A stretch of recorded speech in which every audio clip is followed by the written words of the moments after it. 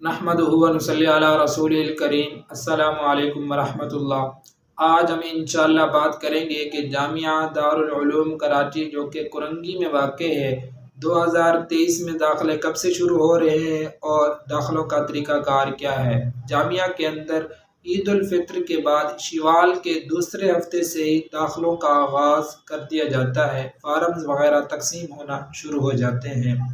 اگر آپ درجہ اولی سے لے کر درجہ دورہ حدیث تک کسی بھی کلاس میں داخلہ لینا چاہتے ہیں تو داخلے کے لیے ضروری ہے کہ آپ اس سے سابقہ کلاس میں وفاق المدارس کے نمبروں سے ممتاز یا 70% نمبروں سے کامیاب ہوں، تب آپ جامعہ میں داخلے کے لیے اہل ہوں گے۔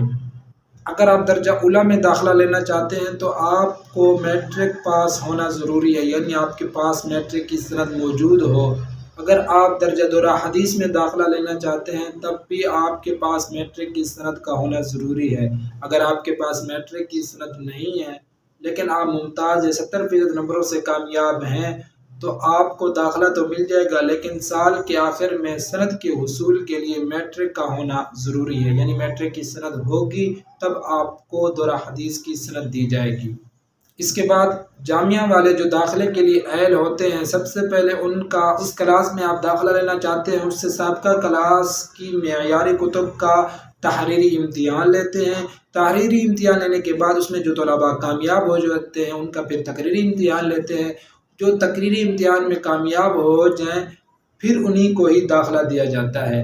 ہاں، اگر طلباء زیادہ ہو گئے ہیں جو تحریری اور تقریری دونوں امتحان میں کامیاب ہو گئے ہیں لیکن ان کے پاس رہائش کا بندوبست نہیں ہے تو پھر وہ انہیں ترجیح دیتے ہیں جن کے نمبر وغیرہ زیادہ ہوں۔ ہاں، اگر ان کامیاب طلباء میں سے کوئی اس طرح ہو جو کہ کہے کہ ہم باہر رہائش کا بندوبست کر لیں گے تب ان کو داخلہ دے دیا جاتا ہے۔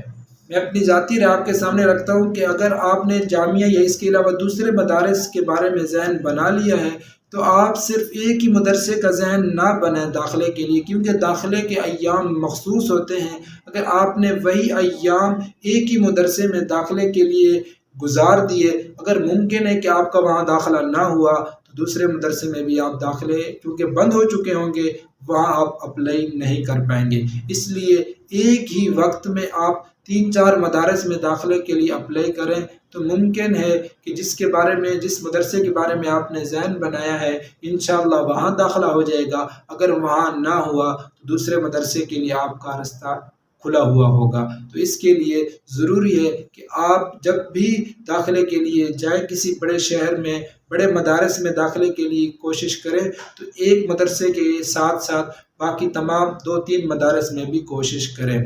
اس کے علاوہ اگر کوئی بھی آپ نے بات پوچھنی ہو تو اسکرین پر نمبر آپ کے سامنے موجود ہے، آپ کانٹیکٹ کر کے ہم سے معلومات لے سکتے ہیں۔ وعلیکم السلام ورحمۃ اللہ وبرکاتہ۔